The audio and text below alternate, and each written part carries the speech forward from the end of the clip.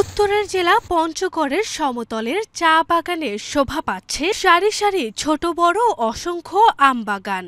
আর এসব আম উৎপাদিত হচ্ছে জৈব বালাইনাশক ব্যবহার করে অর্গানিক উপায়ে।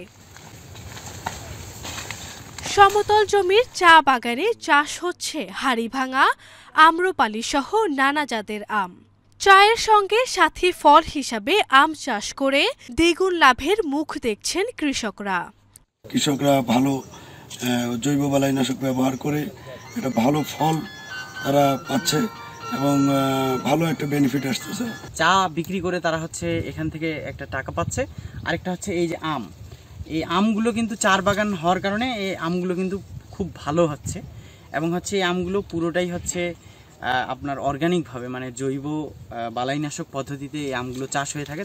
আমরা বীজমুক্ত কাজ করতেছি, এখানে কোনো আমাদের বোতল ঝুলা আছে, হলুদ কাঠ ঝুলা আছে, যে মালিকের আমরা কাজ করতেছি, আমাদের এই দিয়ে তা দিয়ে সংসার সুন্দরভাবে চলে বাচ্চাদেরকে পড়ালেখা করাতে পারি। বীজমুক্ত আমার এখানে আম, কোনো বীজমুক্ত নাই, নাই। এই যে আমার যে ওষুধে যে পোকামাকড়ের জন্য আমি একটা হলুদ কাঠ রাখছি, আবার বোতল রাখছি। স্থানীয় চাহিদা মিটিয়ে এসব আম যাচ্ছে দেশের বিভিন্ন প্রান্তে।